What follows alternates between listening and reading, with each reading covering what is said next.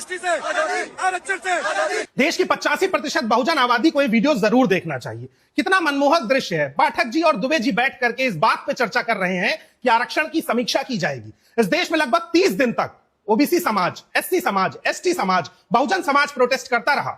उसके ऊपर लाठियां चली, उसकी बात मानी गई, लेकिन 30 दिन बाद।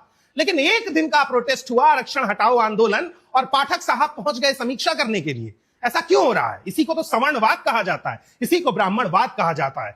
एक तरफ इसी पार्टी के नेता बोलते हैं कि आरक्षण कभी नहीं हटेगा, दूसरी तरफ इसी पार्टी के नेता सवर्णों के साथ जाके खड़े होते हैं और कहते हैं कि आरक्षण हटाने वाली आपकी मांगों को केंद्रीय नेतृत्व तक पहुंचाया जाएगा। ये दो मुंह वाला सांप है, जो एक मुंह से बहुजनों का वोट खाना चाहता है और दूसरे मुंह से सवर्णों का वोट भी खाना चाहता है। अधिकार ना इन्हें देना चाहता है, ना इन्हें देना चाहता है। आप इस बात को बड़ी बारीकी से समझिए कि इस पूरे प्रोटेस्ट में महिलाएं नहीं थी। उसकी वजह यही है कि जब जब धर्म की सत्ता हावी होगी और रिजर्वेशन हटाने की मांग होगी, तब तब सबसे पहला शोषण का शिकार महिलाएं ही होंगी। बाबा साहब अंबेडकर बहुजन समाज के ही आदमी थे, जिन्होंने स्त्रियों को संपत्ति में हिस्सा दिलाने की मांग की। उससे पहले तक ये समाज क्या कर रहा था? जिन्होंने विधवा विवाह की सिफारिश की, उससे पहले तक ये सवर्ण समाज क्या कर रहा था? सावित्रीबाई फुले ने लड़कियों को पढ़ाने की मांग की, उससे पहले तक ये सवर्ण समाज क्या कर रहा था? तो आरक्षण हटाने की मांग उसी तरीके का कूड़ा मांग है जिसकी एक्सेप्टेंस कभी हो ही नहीं सकती है। इस देश में आरक्षण जातीय शोषण के खिलाफ दिया जा रहा है,